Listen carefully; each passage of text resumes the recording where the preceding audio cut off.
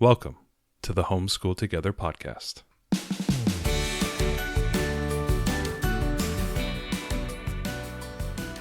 Where one working mom and a stay-at-home dad help you navigate the nuts and bolts of the growing and dynamic world of homeschooling. With a focus on early learners, like me. All the ins and outs of building and maintaining your homeschool life. Homeschool. Find out tips and tricks to make things like this easier. I'm reading. And ultimately, enjoy educating your kids. And what's that last thing? Have fun together. Did I do good, Daddy? Yeah, you did, sweetie. Good job. Hello and welcome to Homeschool Together. Thank you for joining us. If you have a chance, head down into the show notes and click all the clicky-click links and maybe leave us a review. Check us out on social media as well as your YouTube channel where we're leaving reviews. And if you have an opportunity, head on over to our website, check out our resources for curriculum and things. If you're looking for something new, we're working on getting some new curriculums in that we're going to review for our YouTube as well. Then we'll update there to the website. So we're trying to get some new things in. If there's something you really want to see a review on, definitely let us know and we'll try to get that on the website and contact those creators to get a copy of that curriculum. Well, it's us going to the library, the parent partnership, and we're just going to start stealing stuff. Well, I mean, that's, step one. Step one. But we can also reach out to publishers and, grab things and take a look at them. Absolutely. We're through our crazy busy summer now and we're ready to be able to refocus. No good, very busy summer. Yeah, we're ready to refocus on, getting these reviews and stuff for you. So we're here to support you. Absolutely. So today we're going to be talking about, we're going to talk about homeschooling and why it's awesome. We kind of looked at like all the things we had ever talked about and we were kind of missing the sales pitch. And we were like, we need to put this on, we need to lay down the rules of why we're doing this and why it's so good and why it's beneficial. And then if that's, you are kind of on the fence and you're thinking about homeschooling, or maybe you've been homeschooling for a little while and you need just to be revitalized and re-energized, we're going to be doing a two-parter because, we love two-parters. We do. And we're going to be talking today about the benefits to the children, to the learners. And then next week, we're going to be talking about the benefits to the parents because there's benefits to you as well as the educator. And we want to make sure that you are included in the benefits package that comes with homeschooling. I mean, really, I think that homeschooling is such a whole family experience. It really is. And I kind of liken it to, when you have a new baby and everybody asks about the baby. How's the baby sleeping? How's the baby doing? Nobody asks how the mom is. Like, how is your postpartumness? How are you doing? Are you okay? Yeah, no, Ariel, they always ask about the mother. They don't ever ask about the dad. Yeah, no, how's the dad handling? They don't ask about the dad either. But I feel like this is kind of similar. We talk about homeschooling as a choice that we make for the benefit of our children and things, but it's also for the benefit of our families and sometimes the benefit for us, when we think about when we do the mind experiment of like, what if we didn't homeschool the kids? What if we made a different decision? What would we do? And I think of course we are struck with all the opportunities that our kids would not have if we weren't homeschooling. But I think what ultimately gets it for us is the impact to us and our family is like a big reason. It's right up there. It's like, our kids and their freedom to learn and for, all that stuff, all the flexibility and things we're going to talk about today. But then we also think about but our family and the flexibility we have and the bonds we have and all these things, it's like, it's the total package. So we don't want to leave out like one side because it's not just about the benefits for kids. It's the benefits for us as a family and us as parents. Yeah. So if you have a set of friends or somebody that is going to be starting to homeschool, this episode and the following one may be a great episode to share amongst the newbies who are looking to get into it. So if you can go out there and spread the good word, and we will be much appreciative of that. So let's get into the first idea. Obviously, straight up, it's the student,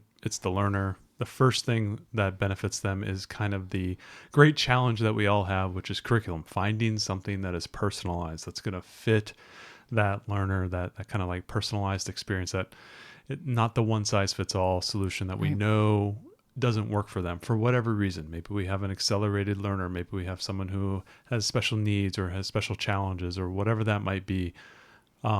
We want to get them a personalized experience. And that's kind of like the leading thing about homeschooling, I think. Yeah, absolutely. And even though, our children aren't special needs, and, our immediate friend circle is not, so none of these kids would be on an IEP or anything in a public school system. No. And yet, every single one of these kids we know learns a little bit differently, has different preferences. There are tricks and things that, not tricks, techniques, let's say, that their parents use to really personalize and make their learning experience the best that it can be for them. So even though these all would be kids in a regular classroom and they would, probably do okay, they probably would be fine, they all do have personalized learning needs. And if you listen to the podcast for a while, you will hear a lot about us and, finding the right ways to tackle reading with our oldest daughter and keep our youngest, who is running, engaged so that she's not,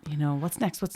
So every kid, they all have unique needs. And I think any parent who has been homeschooling for a number of years, who has multiple children, will tell you right up front that it's amazing the differences just between your own children. Yeah. So I can't even imagine what the difference is for all those other kids. Having 30 of those kids in a classroom, it's got to be so vastly different. What would be the most optimal way to educate? And that's kind of the thing that I always think about is adapting to the learner. And that adapting is kind of that perfecting the educational experience. Not that we're ever going to find perfection, and not that maybe perfection isn't the goal, obviously, but we can always adapt to a better situation or to find a better situation. Right. And our kids are growing and they're changing, and what worked when they were 5 may not work when they're 7. That's a great point. Like seeing seeing the changes just over a couple of years is like once you get locked in, and I know it sounds terrible, but once you get locked in, all of a sudden a curveball comes and you got to adapt to it. Absolutely. And we have the ability to adapt. So our children benefit from our ability to personalize their experience. And then when it changes, we can pivot, whereas, like you say, a teacher with a classroom full of students, they've got to go with a playbook and, they can make some special accommodations here or there for different students, but they have a lot of kids that they have to care for and nurture. And, we just have ours. So we can really be highly flexible and adaptable to what they need. The next thing that we all hear is that homeschoolers have better academic performance across the board. I would caveat this with saying there is not like a ton of amazing data. We are working on getting a statistics episode ready, but it's really hard to find great data, especially since there's lots of homeschoolers like us who do utilize some sort of a charter or parent partnership program. We technically aren't homeschoolers. We wouldn't be counted in all of those statistics. Or the surveys. We wouldn't get tossed into the surveys. We wouldn't get tossed in the surveys because we're not, going it completely alone, because our kids go to school for drama class, right? So the fact that our kids might score really well on a math exam, let's say later, a standardized test, is not going to get counted anywhere because our kids attend cooking at this school. So of course that means we're ineligible. And that's one of the things. We just had our orientation here for our parent partnership, and they were talking about the importance of taking the test at the end of the year and how that applies to the general score for the school, potentially funding and things of that nature. We are in their metrics. We're not in the homeschooling metrics for the most part. So, anecdotally, colleges really like homeschool kids because they do perform well academically. They do tend to score really well on standardized tests. It's hard to pinpoint all the data on that, but in general, they do tend to score pretty well and do tend to have higher academic performance. Like I said, generalization, and I'm trying to find all the statistics so we can share them with you. A lot of them are from like the National Education Research Institute. So we're trying to find all of that. But in general, that's been the experience of all the teachers that we've spoken to at our parent partnership. And we've talked with other experts in the homeschooling field in our past interviews and things. And you'll hear them say, colleges really like homeschool students because they do tend to perform well. They do. And part of that comes with the idea of deep focus on subjects. We have the ability to allow our learners not to run on a 50-minute class schedule. Sure. If our learners want to do something that they want to, for lack of a better way, to geek out on something, they can do it for 4, 5, 6 hours. They might go hard on something for weeks on end, where they would never have that opportunity in a public school because of the way the schedule is and the way they need to move from class to class. Goes back to that adaptability that we allow our children the freedom to delve into topics, cultivate that deep focus. And deep focus, I think, is the proper way to think about it, is allow them to say, you can master something, or you can, chase your interests, and you can, put everything you can into something. And having that experience, I think, helps you when you get a little bit older, especially when you get into those kind of college levels where you need to focus on something. They have those skills and they've had that experience. Sometimes we're not able to do deep focus because we just never do it. Because it's almost like a muscle that needs to be trained. Giving our children that opportunity in the homeschool space to have those experiences allows them to essentially attune their brain to that ability to know that they can do this type of thing, and they don't have to rush from one thing to the next. We can also, on the academic performance note, we can also help our kids to have higher achievement by, being really connected, right? We're the ones giving them their tests. We're the ones who are looking at their writing. We're the ones that are giving them their practice PSATs and whatever, so we are very, very close with all of those, testing metrics and things. And we can see like, oh, you're having a problem with this area of whatever it is. And we can work on that with them and focus with them, which is a lot different than having a kid in a public school system who goes and takes a standardized test and you get the results back and it's like, oh, well, your child, scored in this percentile. You don't know why or how or what problems they missed. You don't know where to focus to help them to have better achievement.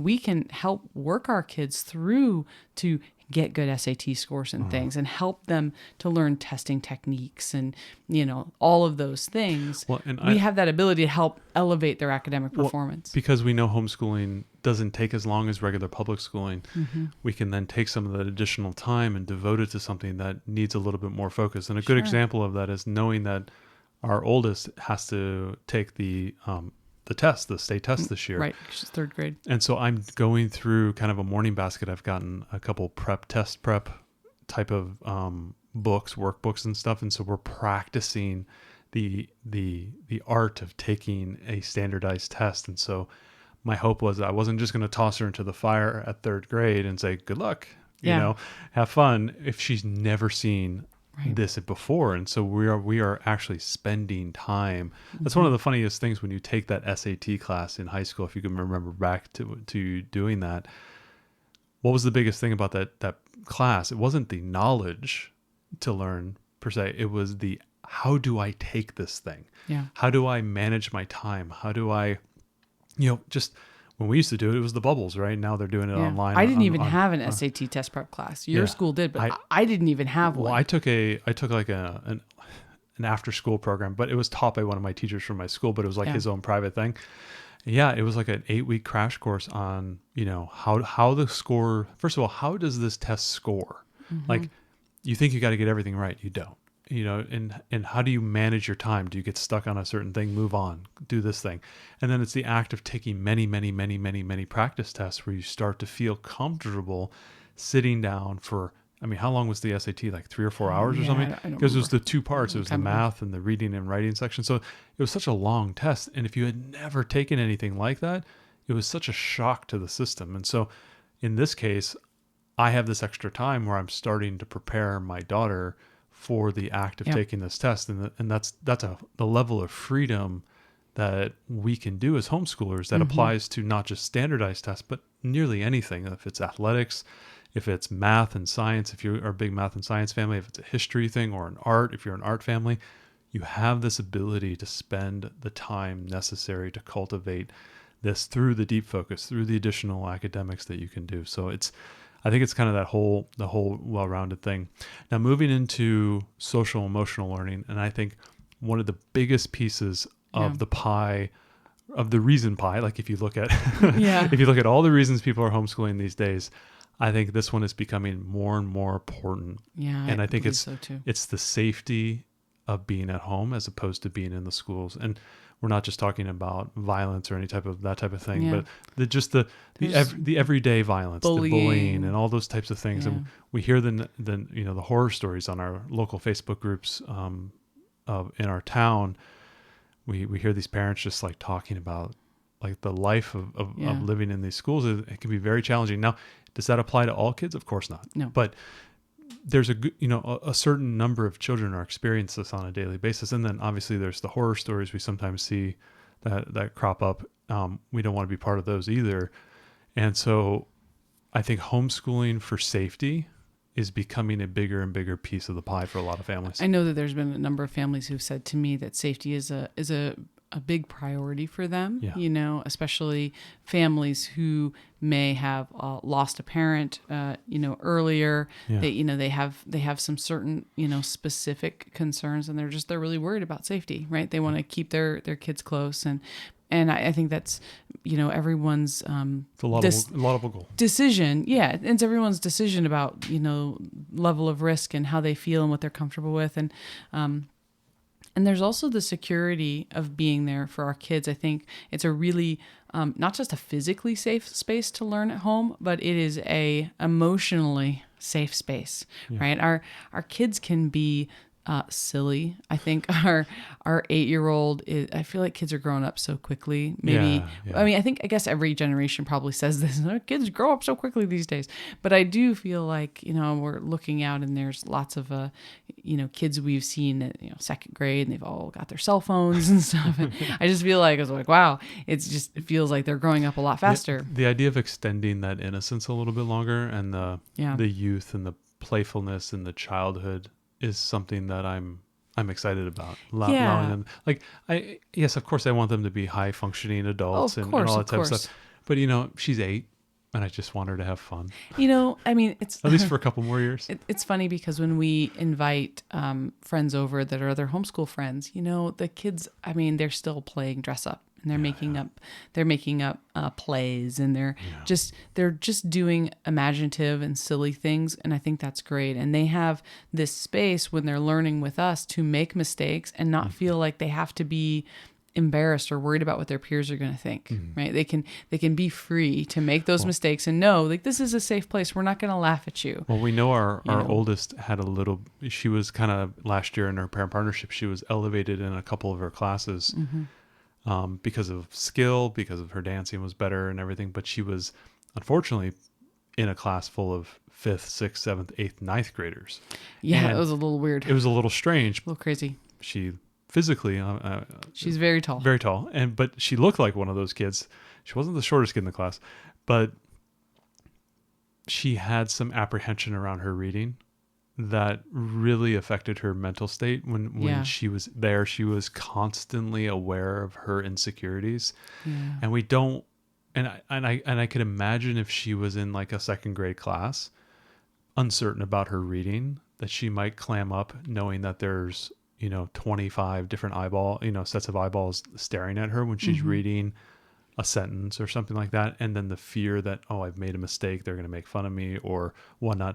I've seen her put those types of pressures on herself, and I'm happy she doesn't have to experience that on a daily basis, that she can have that space to grow. And now she's reading great. She's reading chapter books and everything. She's doing really well. We've come through it. Maybe we'll do an update video on it. But let's temper it a little bit. We're getting there. It's definitely way better. You could tell how excited I am after 4 years. Yeah, she's doing great. She's doing great. But it's true. Those type of fears are You have your real. insecurities. Yeah. She was really upset about going to Girl Scout camp this summer because she was afraid that they were going to ask everyone to write letters home and that she wasn't going to be able to write a letter home.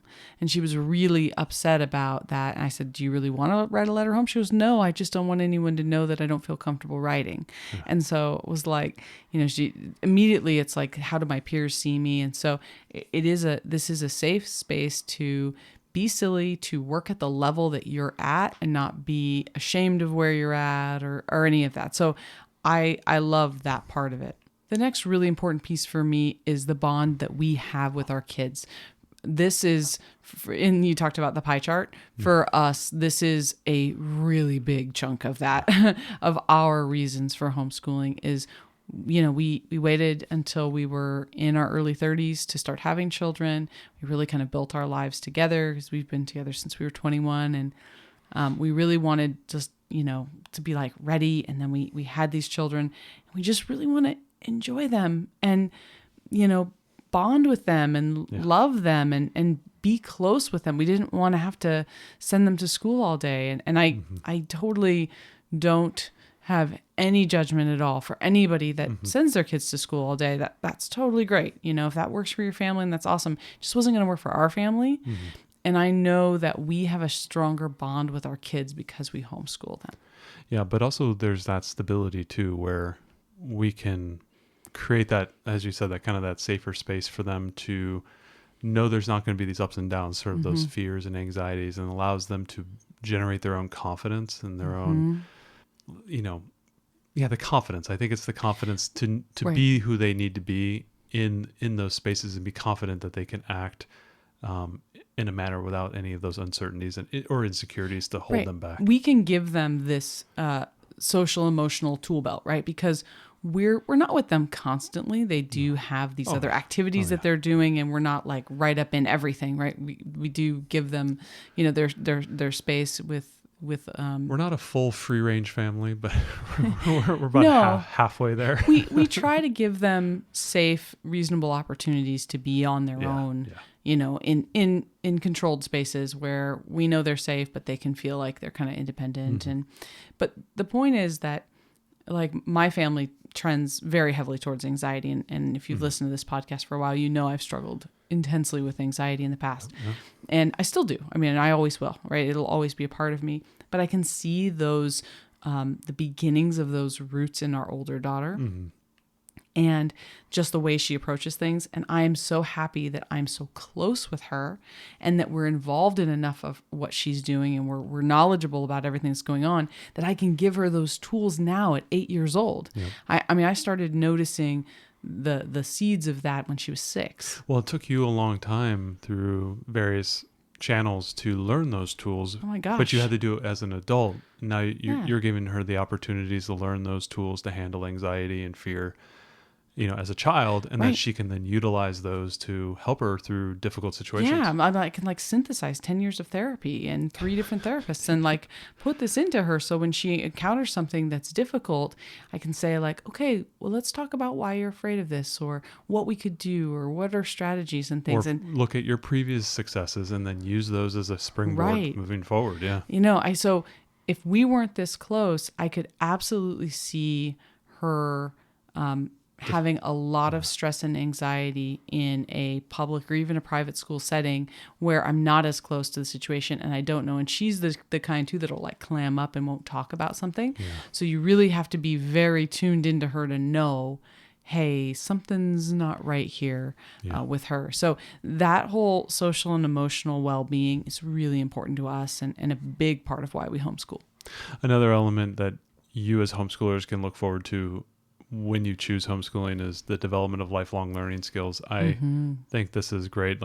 For me, the encouragement of independence has always been a big thing for me. Seeing, friends in high school and college lose the thread because whether they were in such a walled up environment that when finally the walls came down, that there was kind of a loss of control. Yeah. I even kind of stumbled a little bit into that as well, my first year or so of college, and I was able to right the ship. But developing that confidence, that independence is really what we're looking for when we, still starting to think about the nightmare of okay, in 10 years, she's going off and she's going to wake up every day and got to go to class or got to go to a job, got to pay the bills and everything's oh my gosh, it gives me anxiety thinking about her having to manage that. But I was able to do it for the most part, and you were able to do it as well.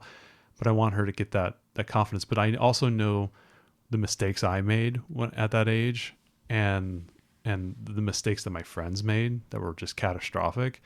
And I don't want her to have that error, and I want her to have more independence now. And that's kind of, I think, one of the big benefits of homeschooling is, being able to cultivate that independence, that Right. confidence to be able to make and do the right things. It's that self-discipline and the ability to learn how to manage their time. Going from you have a couple of cousins, and they just were fantastic in school. I mean, Yep. really great, but they were busy constantly because they were in school, and then they had lots of activities, and they did lots of extra stuff, and it was just like their whole life was planned. And then they got into college and were like, I don't know what to do,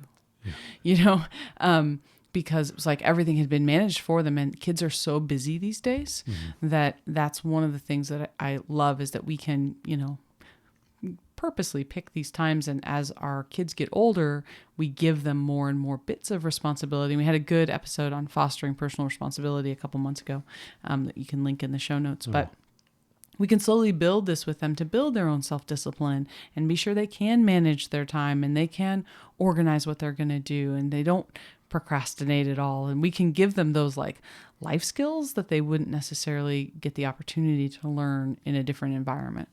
Another one too is thinking critically. I think it's Yeah. become more important these days to Sure.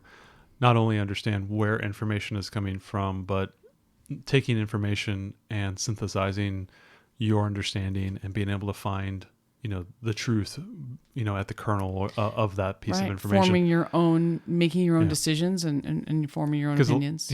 For a lot of us, we are kind of, avalanche of data and information and content and whatnot. And it's just, sometimes it can feel so dizzying, and we can imagine what life is going to be like, if we can look forward and through the magic glass to see what the world's going to look like in 10 years when AI has taken root and it's everywhere. Yeah. And maybe we all have robots in our home by then. And Ooh, it's going to be the Jetsons. yeah, it's going, We have to name her Rosie if we get a robot. I'm just saying. 100% we'll name it Rosie. Okay, fair Yep. enough. Yep. Marriage deal. Yep, marriage deal. Yes, when we've leased our AI bot.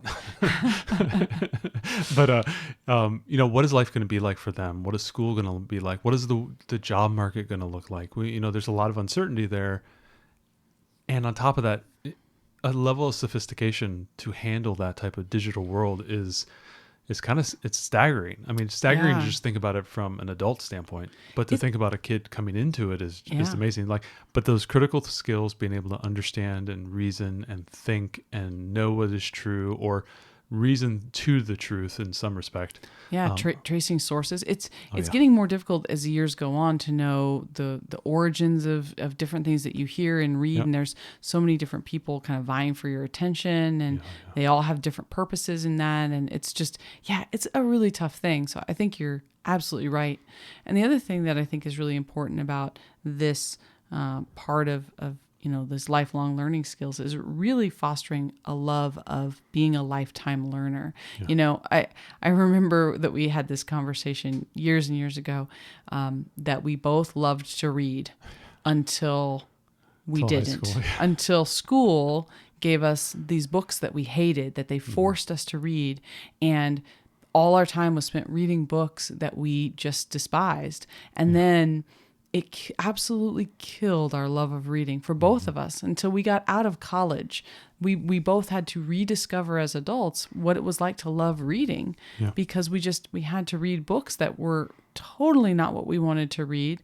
And I don't want to, and that's like an example of one subject, but I don't want to squash our kids' love of learning in any way. No. If there's something that is just not, it's not up their alley, if they need to know it, it's because it's important for life or for college, we'll teach it as quickly and efficiently as we can, and then we'll move on and get them to something that is more, their speed, and helping them to connect to things that they maybe don't want to learn to, like, how is this going to be used later?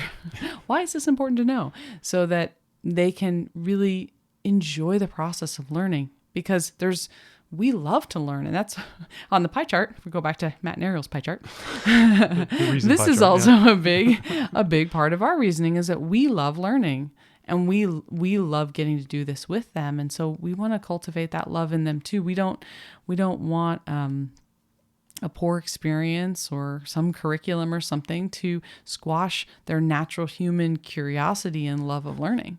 Well, I mean, I'm probably a good example of that. It's, how many times did I fall asleep in history class in high school? I mean, I had a couple of good history teachers, but they're like, it's kind of sleepy, right? And I'm crushing history books left and right now. Oh my gosh, It's like, you read so much nonfiction history books and you retain it, which I think is pretty amazing because I could read it and it would like go in one ear and out the other, but you retain it. It's funny, like once you get to this age and you're an adult and you can pay for the things you want to do, all of a sudden you all have hobbies, we have interests, we watch this on YouTube, we learn how to do this. I was showing you, building my own watch off of Alibaba things today. I don't even know where you came up with this. And so like all of a sudden you get all these interests, right? Like I just read Ron Chernow's Grant, and you put that doorstop book in front of me 20 years ago, I would just laugh at you.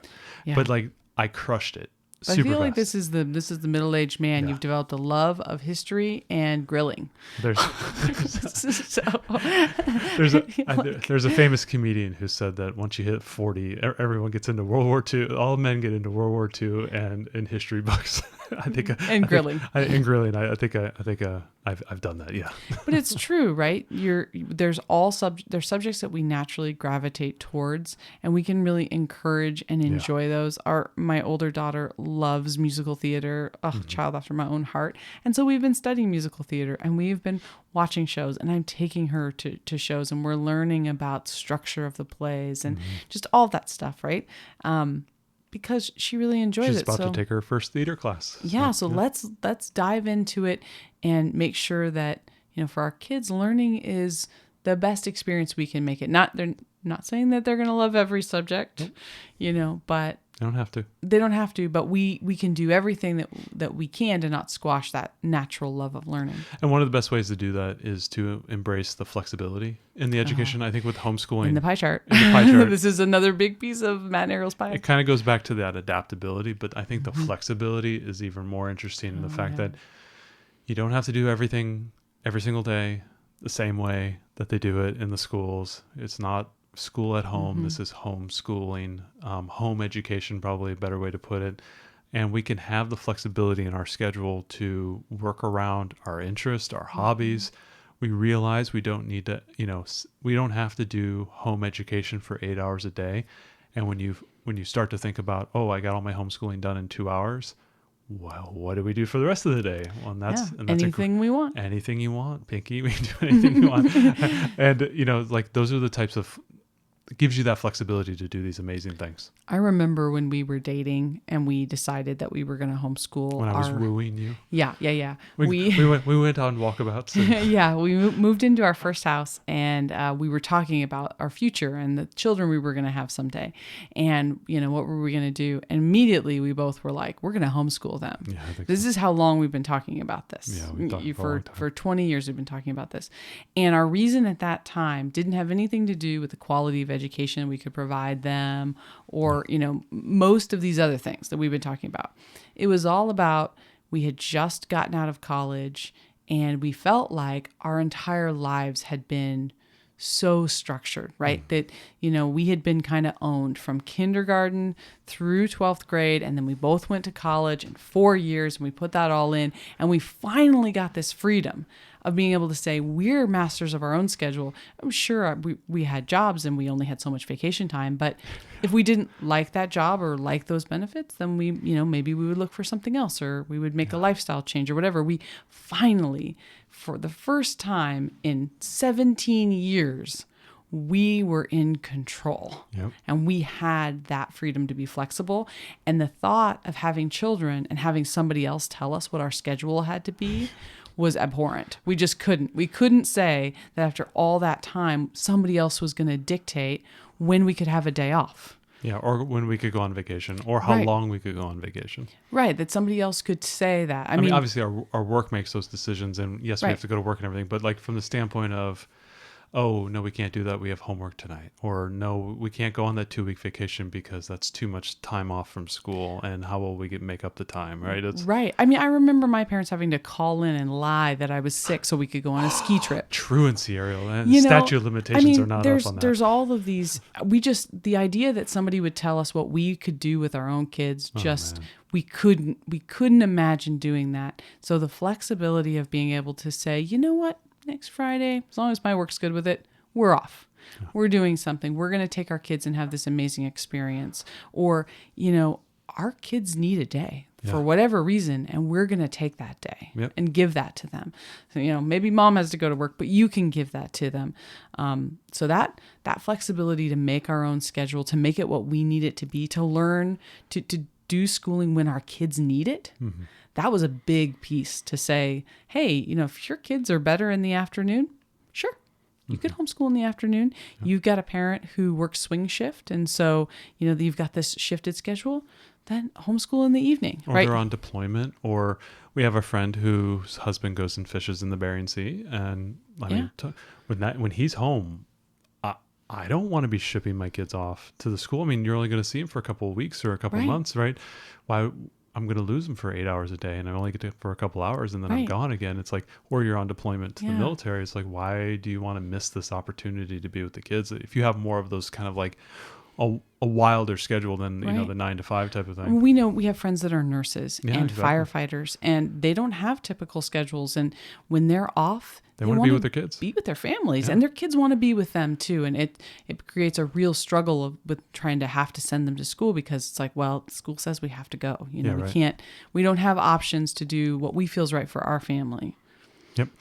Moving on to kind of with pivoting from that flexibility, and another idea here is the real life learning, being able to go and see things and do things. And now I'm not saying that schools don't take kids on field trips, they do and whatnot, but you have way more opportunity to go to the museums, way more opportunity to go and visit that town that has that cultural center, way more opportunities to go and see the parade, the cultural parade that is happening on Wednesday, or go to the farmer's market, or, go and experience the world with your children. That is not just Saturday, Sunday, or the evenings. And a lot of great learning can happen there. And I think that's a big miss. And that's a big advantage, I think, in homeschooling, is that you have that, you have all this extra time. And like today I did homeschooling. I ran a bunch of errands. We went to the $2 movie at the movie theater. We came home. We cleaned. We did a little yard work together. So like just all those, just experiencing the world. Yeah. And then doing volleyball practice, and just having a blast, super full day, I think is vastly better than the experience of just going to school and sitting there for 7-8 hours. Yeah, I mean, and our kids get to have these experiences that they might not have otherwise had. Yeah. Our kids have been with us to doctor's appointments. They're going to my dentist appointment in a couple of weeks. Right. I mean, it's just the thing. It's just what happens. Our kids go with us to the DMV and they learn, right? There's just a lot of opportunities that they have. And, we find that life is learning. So, we can take advantage of going to, like you say, a festival, or if you've been listening to us for a while, we go on these big trips every year, and we took our kids to Ireland for a month, and I did some work while we were there, and they immersed themselves in that culture, and they learned so much. They would never have that opportunity if we were in school. There's just, you have the opportunity to be spontaneous. Yep. You have the opportunity to get out in the real world and let your kids experience something that they might not otherwise, which I think is this real world part is really important, especially when it comes to figuring out what they want to do for their career. 100%. Right? Because kids are super busy in school, and they're thinking, well, what do I want? Do I want to be a doctor? Okay. Then they get somewhere in the middle of school, and maybe they decide that, I actually don't really want to do that. I don't like that. Yeah. We have a friend whose daughter's a Girl Scout, and she really wanted to be a vet. Like, this girl was just all about wanting to be a vet. So they went into 4-H, and they got her an internship at a local vet's office, and she did it for 6 months, and she's like, I don't want to be a vet. And she was able to do that and she's 14. And so great. Now she knows that wasn't the right path for her before spending all this money and getting into college and all these things, because she got to have that real world experience. She wasn't going to school, so she could go and intern at a vet's office. But just in the middle of the day. Having that experience, not only to help her make the right decision in her career, but also she will carry that experience forward. I mean, it's job experience, it's work experience, the knowledge of working with other people in a professional environment. Sure. All of that plays in. And then when she finally figures out what she wants to do, all that stuff's on her resume. She has references that can go forward. We're thinking about this now, okay, we're trying to project out, 5-6 years when our daughter's, maybe going to start doing an internship, or, having a job. What type of job do you want to do? lifeguard versus, working at McDonald's or anything. I mean, where do you want to work and what do you want to do and what experiences do you want to get from that? And how do those experiences help propel you into your career? How can we give her a variety of experiences? Like, we found out a friend of ours their son was a camp counselor this summer. Like, oh, wow, that was a great experience. You would learn a lot about leadership, about working with people, and our daughter's kind of toyed with whether she wants to be a teacher or not. It's like, well, that would certainly give you some experience of knowing if you like working with kids and, you're interested in that. So the ability to give them that real world touch, to connect the learning that we're doing to the real world, it's invaluable. Yeah. And then kind of like a little bit of a dovetail to that is the real world, but also the real world in terms of seasonal. Like there's so many seasonal learning, so much seasonal learning that happens. Totally true. If you're in a certain part of the country that maybe has, really big winters, maybe skiing or alpine things, or, there may be warm, hot summers for you that maybe have certain experiences, or maybe you have big rivers that flow during the spring or whatever. And there's so many experiences that you might not get because you're, locked away into this, the building for most of the day. You have the experience to do these activities during the week and you can do more of them. And I think that's the big thing is it's not just like, they can do it one day a week, but what if you were able to do 2 or 3 of these events a week, or, whatever that might be. Engaging in the seasons, I think it's kind of a little wrinkle there that I think we don't really think about as much. Yeah, we're engaging in this round the world, globe trekking or whatever. And I was actually having conversations today at work because I have a friend at work who's from India, and I'm asking her about Diwali celebrations and when there's going to be different events happening because we want to take our kids to one. And I have another friend at work who is Mexican. And I'm saying, hey, we really want to do something for Dia de los Muertos. Can you help me find a great family-friendly cultural event? Because I know these are people that are very connected to their local cultural groups here. They're very active.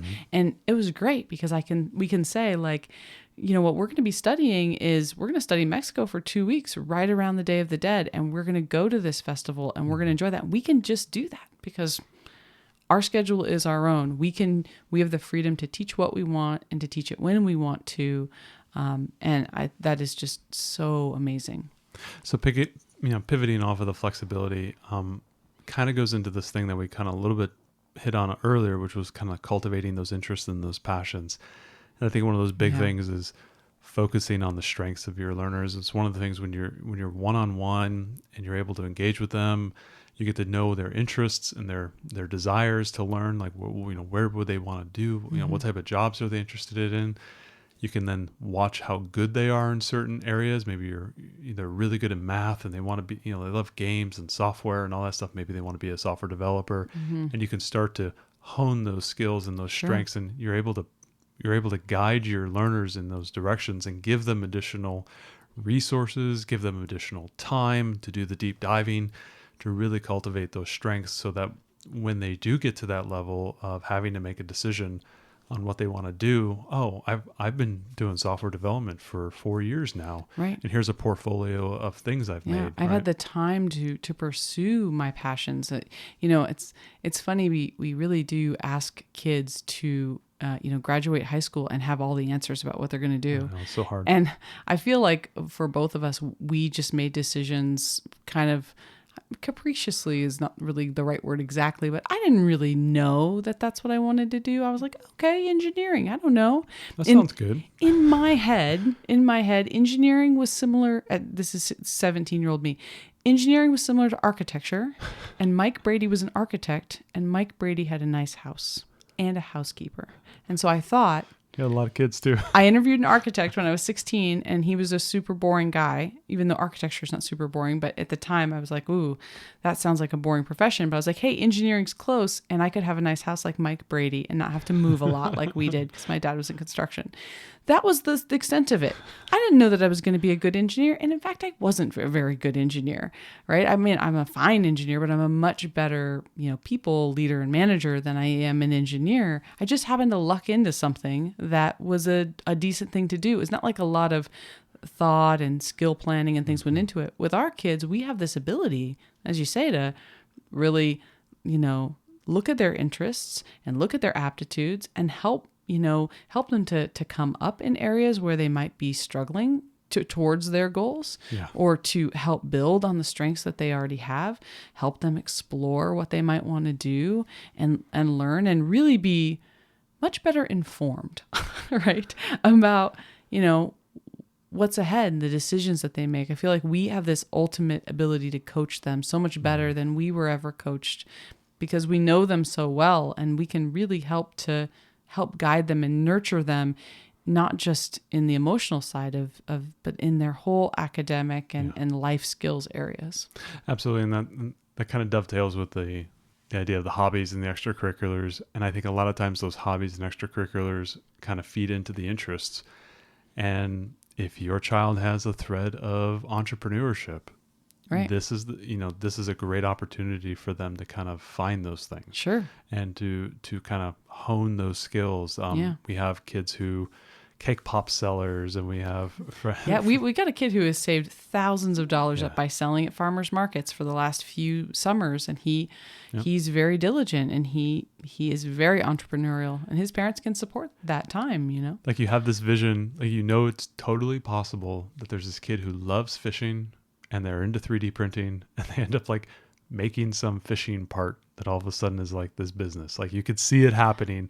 Right. He's a homeschooler. He's a homeschooler, 20 years old, and runs his own little, business or something like that, because he has these interests and he had this opportunity and he had the time to do the research and to devote themselves to whatever that thing might be. I was online listening to some stay-at-home dads talking about hobbies, and this one guy talked about how he had started a YouTube channel during the pandemic because he was really into leatherworking, right? And it became this thing. Like, it was like people wanted him to buy his wallets and his leatherwork and stuff like that. And they were talking about, like, some side hustles and business, what do you do as a stay-at-home dad to make a little bit extra money and stuff. But he was talking about this thing, and I'm thinking inside of my head, I'm like, you could totally see that, like a teenage kid getting this passion of whatever it might be.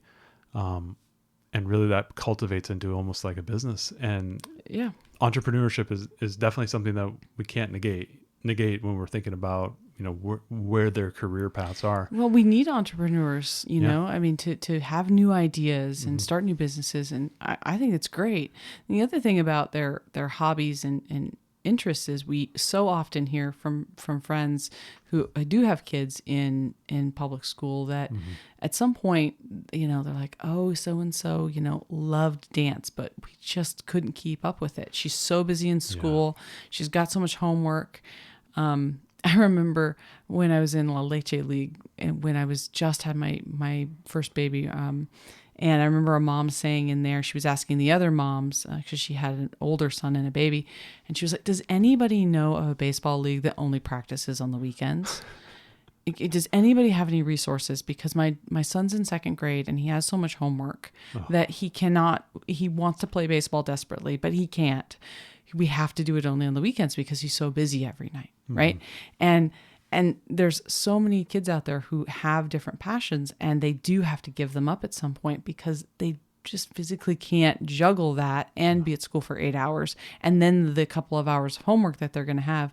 And there's especially a big drop off as you get into junior high and high school. Yeah. Our homeschool troop is multi-age, and it goes all the way through to, I think right now the oldest kid is going to be a freshman in high school. So, but a lot of Girl Scout troops, man, they die off, right? You get into junior high and those kids get so busy, the girls cannot continue. Yeah. They can't work on their higher level service awards and mentoring younger girls and all of the things because they're just... They got sports, they got homework, they're way, way too busy. Social circles have grown. There's just too much to do. And so we can make that decision. And in fact, we can actually help let our kids make that decision. They can benefit from saying, where does your passions lie? What decisions do you want to make? Where do you want to say, well, okay, I'm going to give this up and I'm going to move more into this because this is where I'm at. And how can we support you with our homeschool schedule so that you can still pursue the things that you love? Yeah, exactly. I think moving on from, interests and passions, I think one of the big bugaboos for homeschooling is the socialization. It's the first one people want to Yeah. rail against, that they're never going to get socialized. But this is actually a benefit, not never getting socialized, but the socialization opportunities is actually a huge benefit for our students. Absolutely. I think you're right. I think it's the perfect thing. Socialization isn't the problem. It's the amount of opportunities are so vast. You have to So make vast. choices on what socialization you have. Like, I know people are Our like, kids will socialize with everybody. they'll socialize with that and whoever you want. Yeah, that's the problem. Is we gotta figure out what are the best avenues for them on those things. And I know there are some concerns where it's like, oh, you're home all day and you're not going out and the kids aren't seeing kids.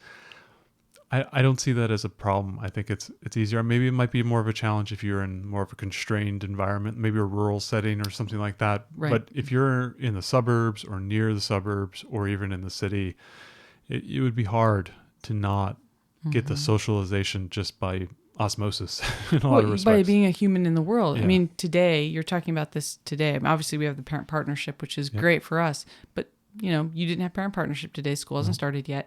Tomorrow. Yeah. I mean, today you ran errands. The kids helped you. They went and picked up prints at the UPS store. Yeah. You guys went to the library. They interacted with the librarian. You had to go and buy camping gear at the store. Well, and they helped pick that up and they helped check out. And it's all that independence that I'm starting to have them Yeah. do those things. And soon I will be giving them the cash and they will go and buy the things they need to buy. And they go and interact with the people at the movie theater. Exactly. They request their popcorn and they do all these things, right? And it's like, and when they do interact with other kids, they interact with a much wider age group, which is really great. One of the things that's really heartening to see when we do see kids playing on the playground under parent partnership, it's like all ages of kids. You'll have a game of like touch football or something happening. Tag or... You've got kids there that are like junior high down to like, well, one time our preschooler went and joined in last year and they were like, fine. Everybody was accepted and it was all fine for everybody to participate. It wasn't like, oh, no, we only hang out with fourth graders.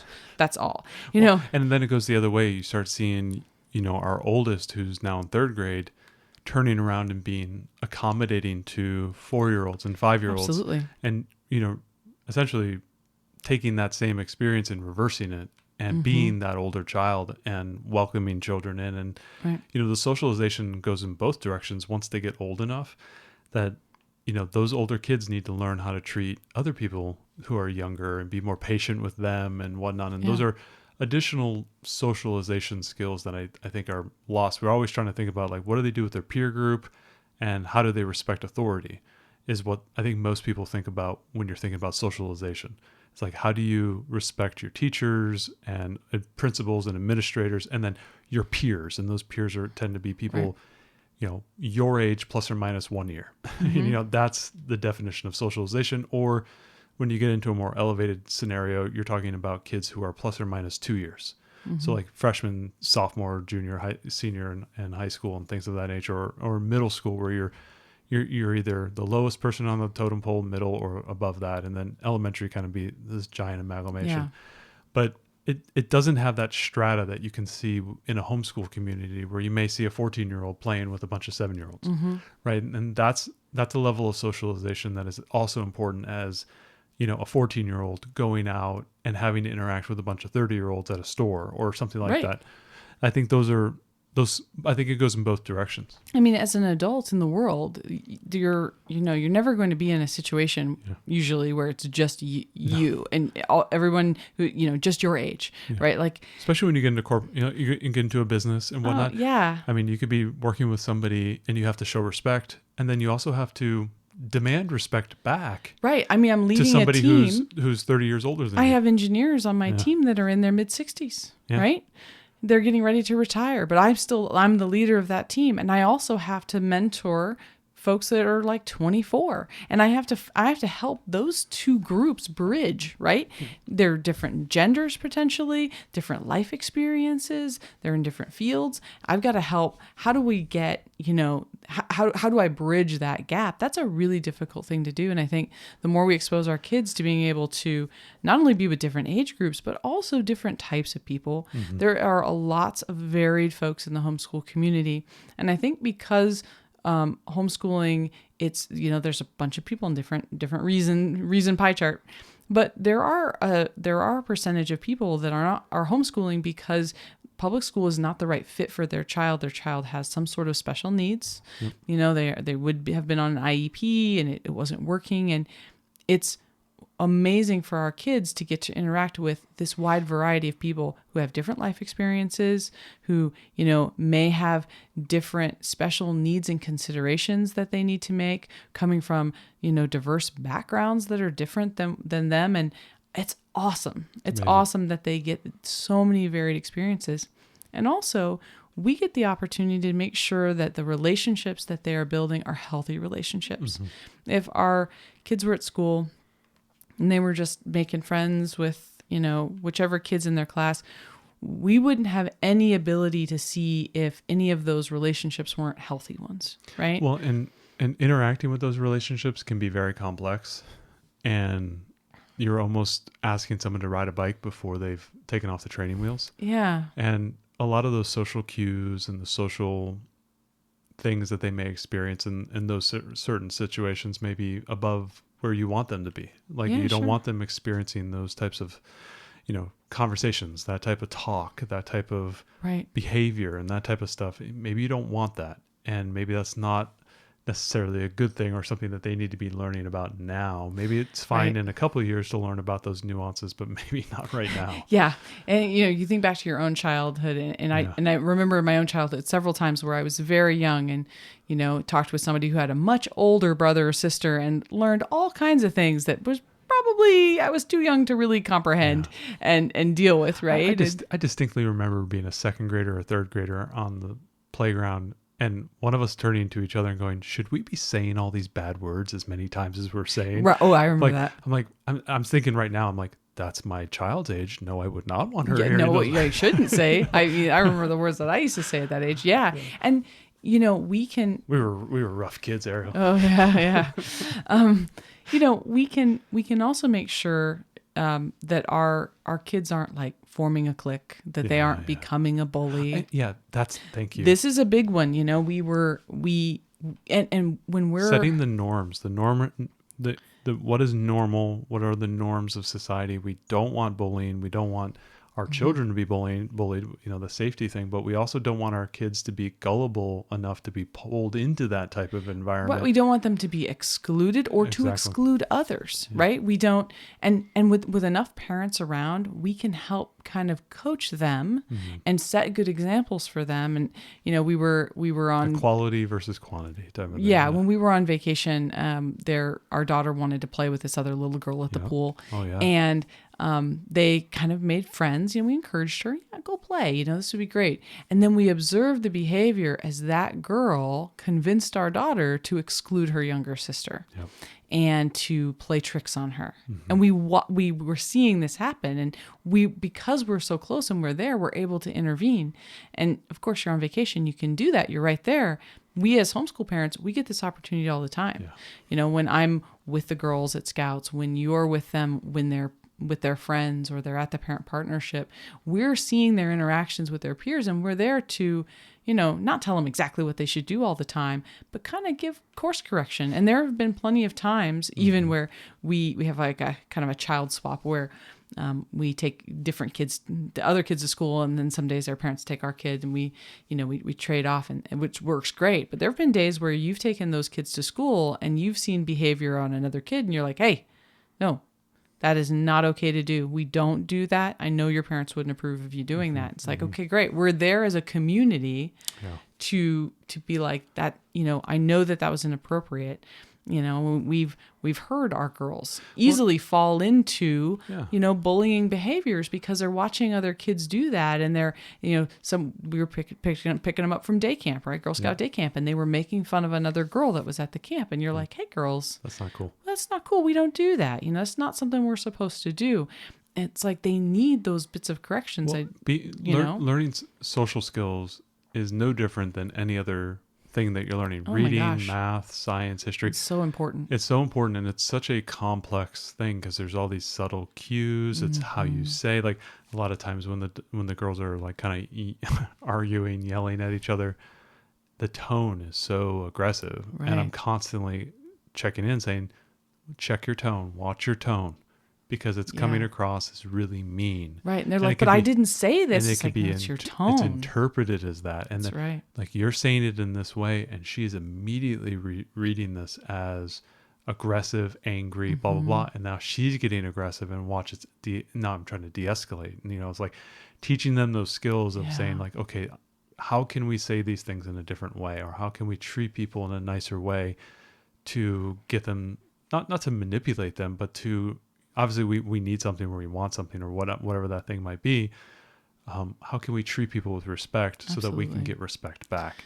And those are very difficult, complex skills. And it's not necessarily something we want to just throw our children into the Lord of the Flies and hope everybody, rely on a teacher who's overwhelmed with 25 poor kids. Teachers, it's not their fault. They can't police 25 kids. Right. Or the kids on the bus. That poor bus driver, everyone's like, oh man, my kid's getting bullied on the bus. Bus driver's not doing anything. Like, the bus driver is driving the bus. They're keeping it between the lanes. They're there to keep the children safe and make sure that this car's not going to come out and hit somebody as they're crossing the street. And that bus driver's got a lot to do. They cannot police the kid getting picked on in the back of the bus. Got to get them all to the school on time. Right. I mean, there's just, it wouldn't be possible. And you're right. Throwing our kids into this situation and just expecting that they know what to do instinctively, it's a hard thing. And it's really easy for them to fall into, poor behaviors because somebody else did that and they want to be liked and they want, all that social pressure stuff. But we're there to help them navigate that. And really, the thing that we want for them is we want them to create meaningful relationships. We want them to be good, friends and good people. And we have an influence over that. And it's a real benefit to our kids. And I hope that by being so close, we help them to have, more deep and lifetime friendships instead of, kind of superficial, ones. And I would just hate it if it was our child that was bullying or excluding someone else or making fun of someone else. It's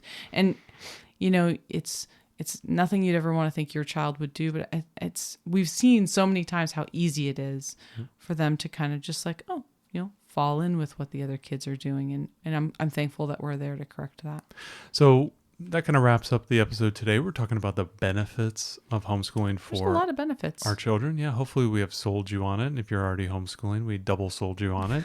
And if you have a chance and you know somebody who's interested and wants to kind of know, hey, what are some reasons around homeschooling, feel free to share this episode. And we're going to come out with a part 2 next week. I know this episode's going a little bit longer than we normally go for.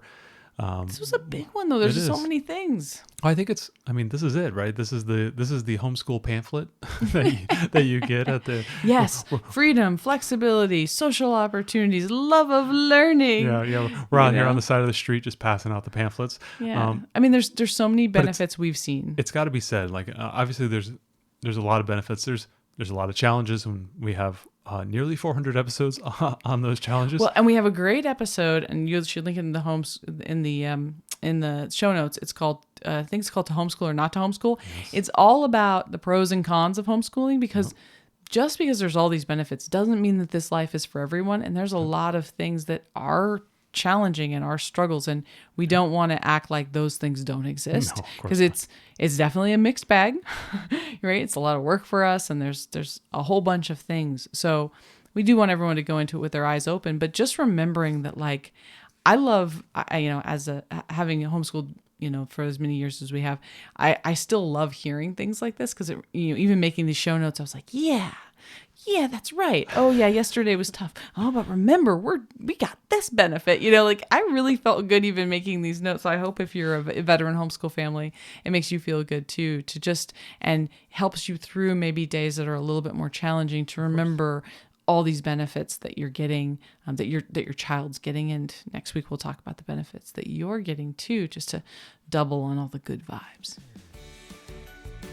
Thanks so much for joining us today and making us a part of your homeschool journey. Please engage with us on social media. Join our Homeschool Together podcast group on Facebook and find us at Homeschool Together Podcast on Instagram. We'd love to hear your feedback, questions, and recommendations. Until next time. Happy homeschooling!